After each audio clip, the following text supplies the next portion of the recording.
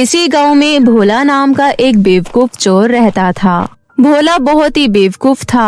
वो रोज रात को अपने साथ बहुत सारे औजार लेकर चोरी करने निकलता था, लेकिन वो सवेरे खाली हाथ ही घर लौटता था, क्योंकि वो गांव में ही चोरी करता फिरता था। हर कोई उसे पागल बनाकर घर भेज देता था। पूर्णिमा की रात थी। रात के 12 बजे थे। वो हर रोज की तरह औजार लेकर चोरी करने निकला। वो एक बहुत बड़े घर के सामने आया और घर के पिछवाड़े आकर घर की पिछली दीवार हथौड़े से तोड़ने लगा। हथौड़े चलने की आवाज की वजह से बेडरूम में सोए सेठ की आंख खुल जाती है और सेठ समझ जाता है कि भोला चोर उसके घर के पीछे है। लगता है फिर से भोला बेवकूफ मेरे घर के पीछे चोरी करने आया है। इससे पहले कि ये मेरे घर की दीवार तोड़ दे, मुझे उसको रोकना पड़ेगा। ऐसा सोचकर सेठ अपने घर के पीछे आता है। वो देखता है कि भोला हथौड़े से दीवार तोड़े जा रहा है। तभी सेठ बोला, क्यों रे भोला बेवकूफ, ये क्या कर रहा है? धीरे बोलो, मैं चोरी करने आया हूँ। मुझे दीवार तोड़कर घर में घुसना है और सामान लूटना है। अरे बेवकूफ, पूर्णिमा की रात में कोई चोरी करता है क्या? और रोज रोज अपने ही गांव में कौन चोरी करने निकलता है? मैं अलग टाइप का चोर हूँ, मैं कुछ भी कर सकता हूँ। बाकी चोर डरपोक होते हैं, उनसे मेरी तुलना ना करो। मुझे मेरा काम करने दो और चुपचाप घर में जाकर सो जाओ। भोला की बात सुनकर सेठ सोचने लगा, अब ये मेरे जाल में फंस गया है। अब मैं एक चाल चलता हूँ। अब मैं बेडरूम में जाकर सो जाता हूँ, लेकिन मैं इसे चांद चुरा कर लाने को कहता हूँ। फिर देखता हूँ ये कैसे चोरी करता है। अच्छा ठीक है, मैं जाकर सो जाऊंगा। अगर तू कुछ भी कर सकता है और तू बाकी चोरों की तरह नहीं है, तो मैं तुझे एक काम देता हूँ। कौन सा काम? कैसा काम? बाकी चोर धन दौलत चुराते हैं, तू मुझे चांद की चोरी करके दिखा। भोला सेठ की बात सुनता है और चांद की तरफ देखता है और कहता है, ठीक है, मंजूर है। कल सुबह चांद मेरे हाथ में होगा। ऐसा कहकर भोला वहाँ से चला गया और सेठ खुश होकर घर में चला गया। भोला चांद की तरफ देखता हुआ चल रहा था कि चांद को कैसे चुराऊं।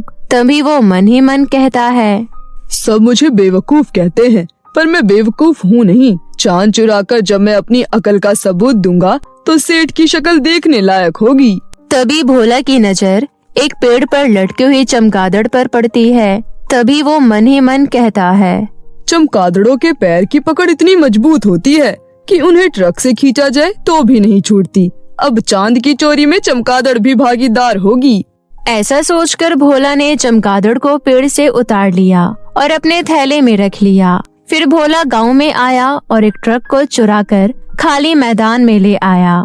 फिर उसने अपने थैले में से उस चमगादड़ को निकाला और एक लंबी रस्सी ले ली। रस्सी का एक सिरा उसने चमगादड़ के गले में बांध दिया और दूसरा सिरा ट्रक में बांध दिया और चमगादड़ को चांद की तरफ फेंक दिया। देखते ही देखते चमगादड़ आसमान चीरते हुए ऊपर उड़ा। चमगादड़ के साथ साथ रस्सी भी उड़ने लगी।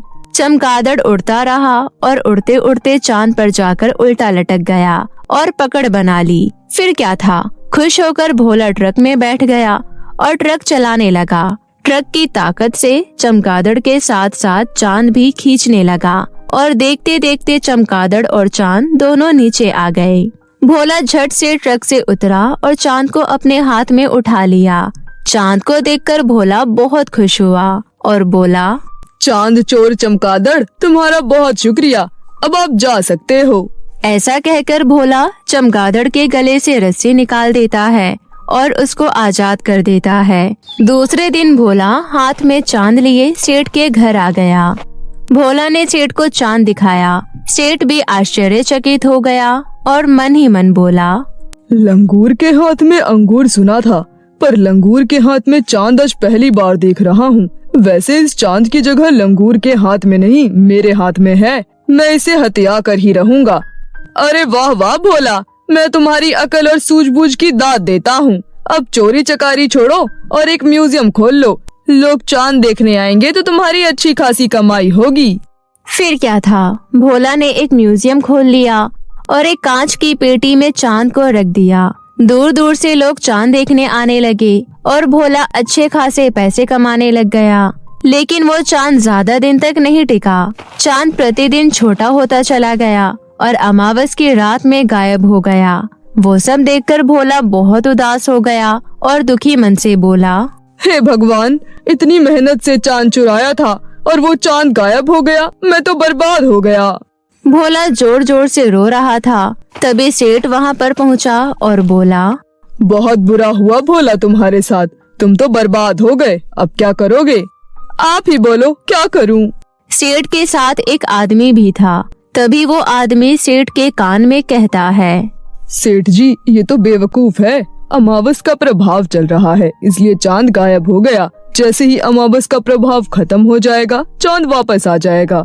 इसलिए इस म्यूजियम को आप खरीद लो, फायदे में रहोगे। सेठ को उस आदमी का आइडिया ठीक लगता है और वो भोला से कहता है, भोला, तुम ये म्यूजियम मुझे बेच दो, इसके बदले मैं तुम्हें पैसे दे दूंगा। हाँ ठीक है, आप खरीद लो। अब तो चांद भी चला गया, फिर मैं इसका क्या करूँगा? उसके बाद सेठ ने भोला को चंद पैसे देकर वो म्यूजियम खरीद लिया। भोला वहाँ से खुश होकर चला गया। कुछ दिन बीत गए, अमावस का प्रभाव खत्म हुआ और पूर्णिमा आने लगी। धीरे धीरे चांद फिर से वापस आ गया और लोग फिर से चांद देखने आने लगे। इस तरह से सेठ मोटी कमाई करने लगा और बेवकूफ भोला फिर से चोरी करने जाने लगा। सेठ ने उसको बेवकूफ बना दिया और भोला बेवकूफ बन गया। एक बार की बात है, किसी गांव में ज्योति और सुमन नाम की दो बहनें अपनी माँ के साथ एक छोटी सी झोपड़ी में रहती थी। कुछ समय पहले ही उनके पिता की मृत्यु हो गई थी। दोनों बहनों की जिम्मेदारी उनकी माँ कमला के ऊपर थी। कमला खेती करके अपनी दोनों बेटियों का पेट पालती थी। लेकिन एक दिन कमला की भी तबीयत बहुत ज्यादा बिगड़ जाती है। वो तुरंत बेहोश होकर गिर जाती है। जैसे ही दोनों बहनें अपनी माँ को बेहोश देखती हैं, तभी दोनों के पैरों तले जमीन खिसक जाती है। जैसे तैसे दोनों बहनें मिलकर अपनी माँ को होश में लाती हैं। बेटी, अब नहीं लगता कि मैं बचूंगी। मेरा तुम्हारे पापा के पास जाने का समय आ गया है। बेटी, मेरे जाने के बाद तुमसे ये घर छिन जाएगा, इसलिए तुम अपने चाचा चाची के घर चले जाना। चाची थोड़ी गुस्सैल है, लेकिन कोई बात नहीं, चाचा अच्छे हैं। तुम वहीं अपना गुजारा कर लेना। ऐसा कहकर कमला की मृत्यु हो जाती है। नहीं माँ, आप कहीं नहीं जा रही हो। हमें विश्वास है आप जल्दी ठीक हो जाओगी। आप कुछ बोल क्यों नहीं रही हो? कुछ तो बोलो माँ, अपनी आंखें खोलो ना माँ। दोनों बहनें अपनी माँ का अंतिम संस्कार करके आती हैं और घर आकर अपने कपड़े लेकर चाचा चाची के घर चली जाती हैं। दोनों बहनों को देखकर चाची रेखा बहुत आग बबूला हो जाती है और चाची दोनों बहनों को थप्पड़ मारती है और कहती है, तुम दोनों मनहूसों की मेरे महल जैसे घर में पैर रखने की हिम्मत कैसे हुई? हमने तुमसे सारे रिश्ते नाते तोड़ लिए हैं। तुम जैसे गरीबों से हमें कोई रिश्तेदारी नहीं रखनी थी। निकलो यहाँ से, पता नहीं कहाँ से आ गई। चाची, आप दोनों के सिवा हमारा इस दुनिया में कोई नहीं बचा है। हम अनाथ बहनें कहाँ जाएंगी? आप हमें अपने घर में पनाह दे दीजिए, हम उसी में गुजारा कर लेंगे। रेखा, इतनी भी कठोर दिल मत बनो। ये दोनों कहाँ जाएंगी? रेखा अपने पति की बात मान जाती है और दोनों बहनों को अपने घर में रख लेती है, लेकिन सिर्फ एक नौकरानी के रूप में।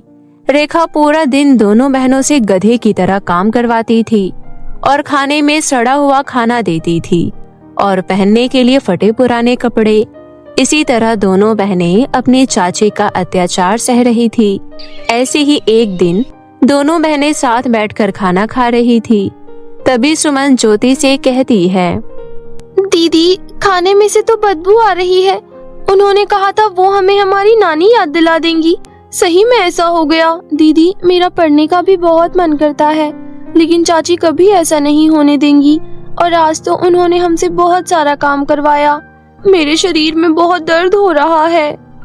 ज्योति और सुमन आपस में बातें कर ही रही थी कि तभी वहाँ पर रेखा आ जाती है। मैंने तुझसे अदरक वाली चाय मांगी थी, लेकिन तुम दोनों को तो फ्री का खाना मिल जाता है। बस 24 घंटे बैठी रहती हैं और गप्पे लड़ाती रहती हैं। चाची जी, माफ कर दीजिए, मेरे दिमाग से निकल गई। मैं अभी आपके लिए चाय बना कर लाती हूँ। ऐसा कहकर ज्योति तुरंत ही रसोई में जाती है और फटाफट से चाय बनाकर रेखा के पास चली जाती है। और बहुत हिम्मत करके अपनी चाची से सुमन की पढ़ाई के लिए बात करती है। चाची जी, मैं आपका कोई भी काम करने के लिए तैयार हूँ, आपके अत्याचार सहने के लिए भी तैयार हूँ, लेकिन मेरी आपसे हाथ जोड़कर एक विनती है, मेरी बहन का किसी सरकारी स्कूल में एडमिशन करवा दीजिए। ऐसा सुनकर रेखा बहुत आग बबूला हो जाती है और चाय का कप ज्योति के ऊपर फेंक देती है, जिस वजह से ज्योति का हाथ जल जाता है। अत्याचारी रेखा जला हुआ हाथ पीछे मोड़ देती है और कहती है, आज तो तूने मेरे सामने ये बात बोल दी, अगर तूने मेरे सामने कभी दोबारा पढ़ाई की बात की तो तुम दोनों को घर से धक्के मारकर बाहर निकाल दूंगी।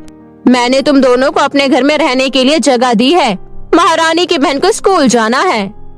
रोते रोते ज्योति अपने कमरे में जाकर बैठ जाती है और सुमन उसके लिए हल्दी का लेप लेकर आती है और कहती है, दीदी मुझे माफ कर दो, चाची ने आपको मेरी वजह से ही मारा है।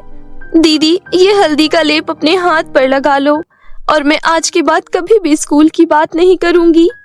ऐसा कहकर सुमन बहुत रोती है। थोड़ी ही देर में ज्योति अपने हाथ में हल्दी का लेप लगा लेती है और दोनों बहनें पानी पीकर सो जाती है, क्योंकि खाना सड़ा हुआ था। सुबह होते ही रेखा ज्योति को अपने पास बुलाती है। सुन करमजली, मेरी बहन आ रही है, उसे गंदगी बिल्कुल भी पसंद नहीं है, इसलिए घर को बिल्कुल चमका देना और अलग अलग पकवान भी बना देना और अपनी बहन को बोल देना पूरे गार्डन की सफाई कर दे। और अगर तुम दोनों बहनों से कोई भी गलती हुई तो मैं तुम्हें छोड़ूंगी नहीं। चल अब लग जा काम पर। बेचारी ज्योति के हाथ में अभी भी छाले पड़े हुए थे। उसको बहुत जलन हो रही थी, लेकिन तब भी वो चाची को काम करने से मना नहीं कर सकती थी। उसे मजबूरी में काम करना पड़ता है। पहले वो पूरे घर की सफाई करती है, उसके बाद बहुत दर्द में रसोई में जाकर अलग अलग तरह के पकवान बनाती है और सुमन गार्डन की सफाई कर रही थी। ऐसे ही दोनों बहनें कामों में लगी हुई थी। थोड़ी देर बाद रेखा की बहन आ जाती है और दोनों बहनों को ज्योति खाना दे जाती है। दोनों बहनें आराम से बैठकर खाना खा रही थी कि तभी रेखा की बहन की नजर सुमन और ज्योति पर जाती है और वो रेखा से कहती है, बहन, तूने इन दोनों नौकरानियों को घर में कैसे रखा हुआ है? इन दोनों के कपड़ों में से कितनी बदबू आ रही है। क्या ये खाना इन्हीं ने बनाया है? अरे यार, तू तो मेरे स्टेटस को अच्छे से जानती है कि मैं नौकरानी भी कैसी रखती हूँ। ऐसे गरीबों के हाथ का खाना मैं खाऊंगी? बिल्कुल नहीं। अरे बहन, तू परेशान क्यों होती है? तू मेरी सबसे अच्छी बहन है और तुझे मैं नाराज कैसे कर सकती हूँ? अगर तुम्हें ये दोनों नौकरानी पसंद नहीं आ रही तो कोई बात नहीं, अभी मेरे पति भी यहाँ पर नहीं है, मैं इन दोनों को अभी निकाल देती हूँ। सुनो तुम दोनों, अभी कभी यहाँ से निकल जाओ और दोबारा यहाँ कभी मत आना। चाची, हम दोनों कहाँ जाएंगे? प्लीज ऐसा मत करो। चाची जी, मैं आपके पैर पकड़ती हूँ, ऐसा मत कीजिए। चाची, आप जो बोलेंगी हम वो करेंगे, आपको कभी भी शिकायत का मौका नहीं देंगे। दोनों बहनें अपनी चाची के सामने बहुत गिड़गिड़ाती है, लेकिन रेखा उनकी एक नहीं सुनती और उन दोनों को धक्के मारकर बाहर निकाल देती है। धीरे धीरे करके रात हो जाती है। दोनों बहनें इधर से उधर भटक रही थी, लेकिन तभी उन्हें जाल में फंसा हुआ एक पंछी दिखाई देता है जो बहुत ही ज्यादा जख्मी था। दोनों बहनें तुरंत ही उस पंछी के पास जाती हैं और उसे जाल से निकालकर नदी से थोड़ा सा पानी लाकर पिला देती है और उसके जख्मों पर जड़ी बूटी लगा देती है। जैसे ही वो पंछी थोड़ा सा ठीक हो जाता है, वैसे ही वो एक परी में बदल जाता है। तुम दोनों बहनें बहुत अच्छी हो। यहाँ से बहुत लोग गुजरे, लेकिन किसी ने भी मेरी मदद नहीं करी। तुम बहुत अच्छी हो। वैसे तुम दोनों इतनी रात को यहाँ क्यों घूम रही हो? उसके बाद ज्योति परी को सारी बात बताती है। परी उनकी दुख भरी कहानी सुनकर कहती है, कोई बात नहीं, मैं तुम्हारी मदद करती हूँ। तुम मेरे साथ चलो, मैं तुम्हें 3 जादुई नेकलेस की नदी के पास ले चलती हूँ। इतना कहकर परी अपनी जादुई छड़ी घुमाती है। फिर सुमन और ज्योति को लेकर 3 जादुई नेकलेस की नदी के पास ले आती है।